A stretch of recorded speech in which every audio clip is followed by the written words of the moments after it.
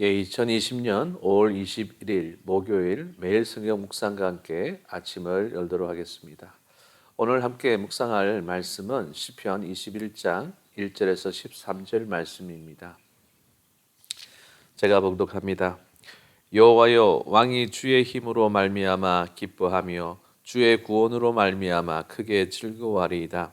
그의 마음의 소원을 들어주셨으며 그의 입술의 요구를 거절하지 아니하셨나이다.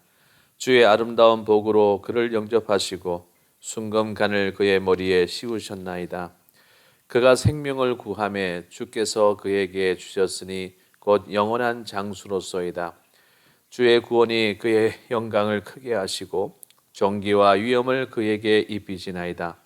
그가 영원토록 지극한 복을 받게 하시며 주 앞에서 기쁘고 즐겁게 하시나이다.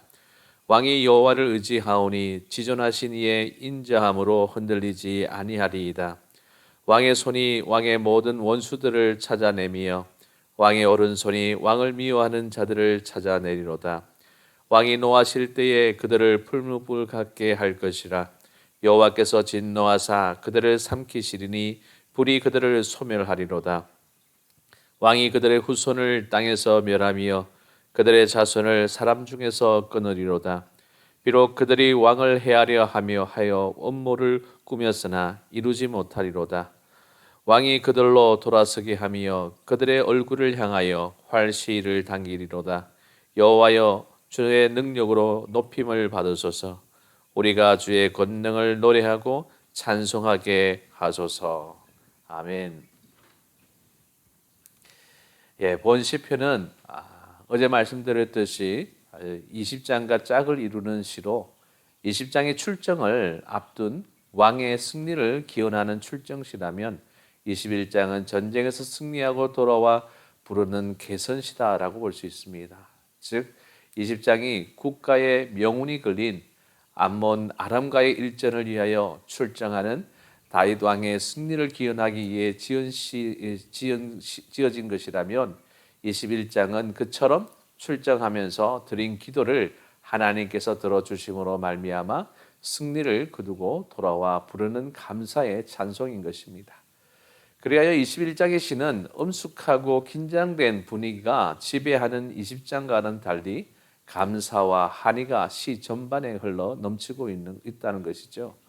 20장이 궁극적으로는 주의 백성들이 다윗이 예표하는 영원한 왕이신 주께서 이방 나라가 상징하는 악의 세력을 정복하고 영원한 의의 승리를 이루시며 완전한 하나님 나라를 건설하실 것을 기원하는 시라는 점에서 메시아 예언시로 분류할 수 있는 것처럼 21장의 시 또한 궁극적으로는 하나님을 대적하는 모든 사단의 세력을 멸하고 영원한 의의 왕으로 당신의 백성을 통치하실 메시아의 도래를 예언하는 성격을 지닌다는 점에서 역시 메시아 예언시로도 분류할 수 있습니다.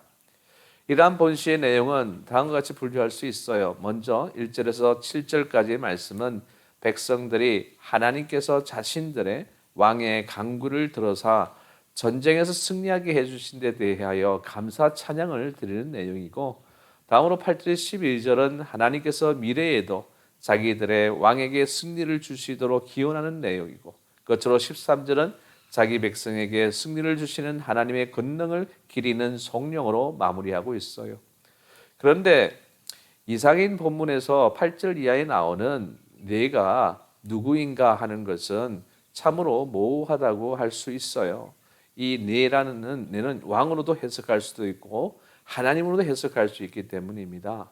만일 전자의 의미로 해석하였다면 8절 이하의 내용은 하나님의 연으로서 하나님 또는 메시아께서 악인들을 징벌하실 것을 예언하신 것으로 볼 수 있어요. 9절에 여호와라는 신명이 나오는 것이나 그 전체적인 내용에서 보면 후자의 해석이 더 적절한 것처럼 보이기도 합니다. 하지만 전자와 같이 보아도 전혀 문제가 없을 뿐더러 대다수의 학자들이 전자의 해석을 지지하기에 일단 전자의 견해에서 시편을 살펴보고자 합니다. 1절을 보면 여호와여, 왕이 주의 힘으로 말미암아 기뻐하며 주의 구원으로 말미암아 크게 즐거워하리이다 라고 하였어요. 이러한 본절은 환란 날이라는 말로 시작하는 20장 1절과 좋은 대조를 이루고 있다는 것이죠. 20장 1절의 분위기가 침울하고 엄숙하다면 본절의 분위기는 환희가 흘러 넘치잖아요. 그러면 어떻게 해서 이렇게 두 시편의 분위기가 전혀 다르게 된 것일까요? 그것은 하나님이 다윗과 이스라엘을 도우셔서 대적들에게 승리를 거두게 하여 주셨기 때문입니다. 주지하다시피 20장과 21장은 서로 짝을 이루는 시대잖아요. 20장이 이방 나라의 친위를 받아 출정할 때 부른 출정시라면 21장은 그 전쟁에서 돌아와 부른 개선시잖아요. 그러니 당연히 두 시의 분위기가 다를 수밖에 없는 것 아니겠습니까? 그런데 중요한 사실은 그처럼 시의 분위기가 다를 수 있게 한 다윗과 이스라엘의 승리의 원동력이 무엇이냐는 것입니다. 시인은 이를 본절에서 주의 힘이라는 말로 표현하고 있어요. 즉 하나님이 강한 권능으로 이스라엘을 도우셨기에 이스라엘이 대적을 물리치고 승리할 수 있었다는 겁니다. 그렇습니다. 하나님은 이스라엘을 도우셔서 그들에게 승리의 기쁨을 주셨어요. 20장을 보면 다윗과 이스라엘 백성들은 이방 나라의 침입이라는 국가적인 위기를 맞이하여 하나님 앞에 엎드려 간구했어요. 하나님께서 자기들을 도우시도록 간절히 부르짖었다는 것입니다. 이에 하나님은 다윗과 백성들의 그러한 간절한 부르짖음을 들으시고 그들을 강한 오른손의 힘으로 도우셔서 그들로 하여금 절대 열세의 군사력을 극복하고 승리하게 하심으로 기뻐하며 즐거워하게 하신 것입니다. 여러분, 이처럼 하나님은 환난 날에 당신을 찾는 자에게 승리의 기쁨을 주시는 분이세요. 하나님은 당신을 의뢰하는 자에게 결코 실망과 절망을 주시지 않으십니다. 만일 우리가 하나님께 부르짖는데도 하나님께서 도우시지 않는다면 누가 하나님을 의뢰하려 하겠습니까? 부르짖으면 응답이 있고 도움을 구하면 도움이 나타나야 그를 신뢰하고 의지하지 않겠어요? 성경을 보면 하나님은 당신의 백성들에게 오직 당신만 의지하고 염려하지 말라고 말씀하셨어요. 도울 힘이 없는 인생을 의지하지 말라고 말씀하셨습니다. 이렇게 말씀하신 하나님께서 부르짖는데도 돕지 않으신다면 누가 그를 믿고 의지하려 하겠습니까? 하나님을 믿느니 차라리 내 주먹을 믿겠다고 할 것이죠. 그러기에 하나님은 환난 날에 당신을 찾는 자들에게 응답하신 것입니다. 시편 91장 15절에 그가 내게 간구하리니 내가 그에게 응답하리라. 그들이 환난 당할 때에 내가 그와 함께하여 그를 건지고 영화롭게 하리라. 이 말씀대로 하나님은 다윗과 백성들의 간구를 들으사 그들을 위기에서 건지시고 승리를 주시어 기쁨을 누리게 하셨습니다. 여러분, 어제의 하나님은 또한 오늘의 하나님이십니다. 하나님은 영원히 변치 않으신 분이세요. 어제의 다윗과 백성들의 기도를 들으시고 그들에게 승리를 주시어 기쁨을 누리게 하셨다면 오늘 환난을 당하여 당신을 찾는 자들에게도 동일한 승리와 구원의 기쁨을 주십니다. 그러므로 지금 환난 가운데 있는 자가 있습니까? 오늘을 환난 날로 맞으신 자가 있습니까?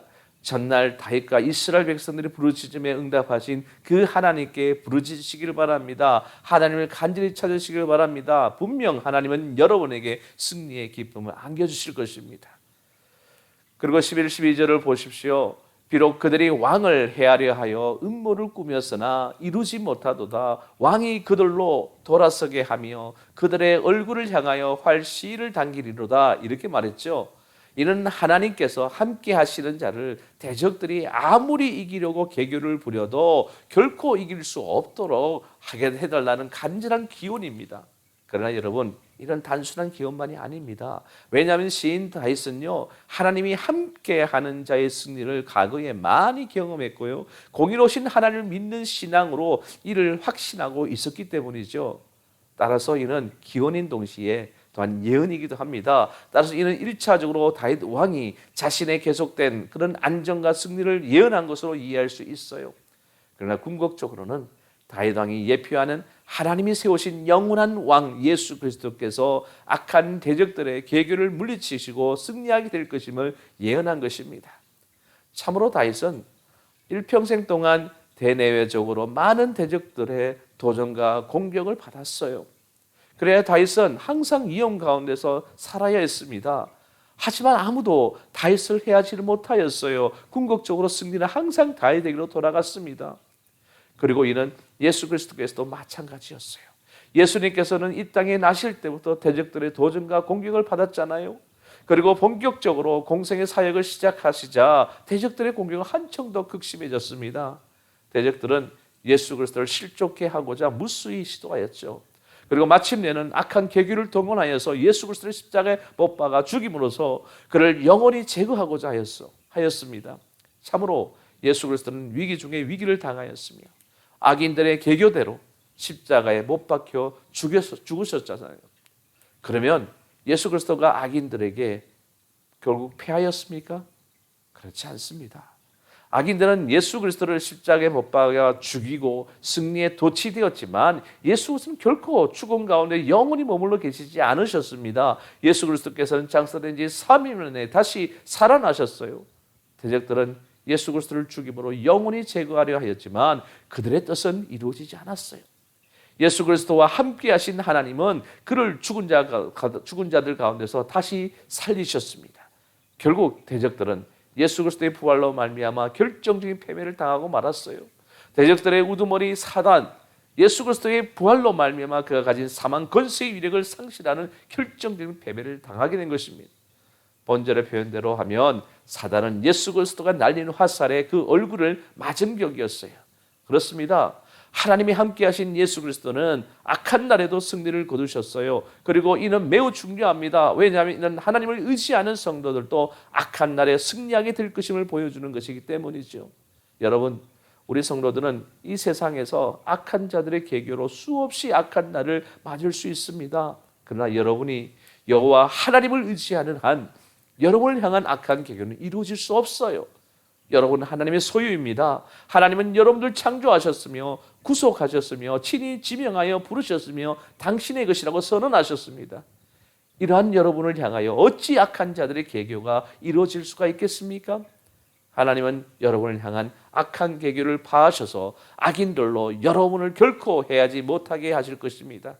그래야 여러분이 아무리 악한 날을 맞이하여도 여러분은 안전하게 보존될 것이에요. 우리 인생들에게 있어서 죽음의 때는 가장 두려운 날입니다. 성도들도 유한한 인간으로서 죽음을 맞을 수밖에 없어요. 죽음은 우리가 죄인이었음을 나타내는 표식입니다. 하지만 이러한 죽음조차도 성도들을 영원히 망하게 하지는 못한다는 거예요. 왜냐하면 하나님이 이 세상 마지막 날에 성도들을 다시 살리시기 때문이지요. 그러므로 성도 여러분은 세상에서 아무리 악한 날이 찾아와도 설령 죽음의 때가 이른다 해도 두려워하지 마십시오. 도리어 여러분의 승리를 확신하십시오. 여러분, 이 세상을 지으시고 주관하시며 모든 것을 당신의 뜻에 따라 이끄시는 분은 하나님이십니다. 그렇다면 인생의 진정한 승리자는 누가 되겠습니까? 당연히 하나님을 경외하는 사람이잖아요. 하나님을 의뢰하여 그분의 도움을 잇는 사람이잖아요. 곧 성도들이 바로 진정한 승리자가 되는 것입니다. 성도들은 이 세상에서 수많은 대적의 도전과 공격을 받습니다. 하지만 하나님이 성도들과 함께 하시는 한 대적들의 그러한 도전과 공격은 아무것도 아닙니다. 그들은 성도들에게 일시적인 고통을 줄 수는 있지만 영원히 망하게 할 수는 없어요. 망하는 것은 도리어 성도들을 공격하는 대적들입니다. 성도 여러분은 이제 이에 대한 믿음을 가지시기를 바랍니다. 그리하여 세상을 향하여 늘 담대하며 어떤 순간에도 요동치 않고 평안을 누리시는 저와 여러분이 다 되시기를 주님의 이름으로 간절히 축복합니다. 우리 오늘 말씀을 생각하면서 함께 찬양했으면 좋겠습니다. 찬송가 359장 천성을 향해 가는 성도들아, 동일 찬송가 401장입니다. 천성을 향해 가는 성도들아, 앞길의 장애를 두려워 말라. 성령이 너를 인도하시리니 왜 지체를 하고 있느냐. 앞으로 천성을 향해 나가세. 천성 몸만 바라고 나가세. 모든 천사 너희를 영접하러 문 앞에 기다려 서 있네. 너 가는 길을 누가 비웃거든 확실한 증거를 보여주어라. 성령이 친히 감화하여 주사 그들도 잠기를 찾으리. 앞으로 천성을 향해 나가세. 천성문만 바라고 나가세. 모든 천사 너희를 영접하러 문 앞에 기다려 서 있네. 너 가는 길을 모두 가기 전에 내 손에 든 검을 꼽지 말아라. 저 마귀 흉계 모두 깨뜨리고 끝까지 잘 싸워 이겨라. 앞으로 천성을 향해 나가세. 천성문만 바라고 나가세. 모든 천사 너희를 영접하러 문 앞에 기다려 서 있네. 아멘. 기도하겠습니다. 사랑과 은혜가 충만하신 하나님 아버지 감사합니다.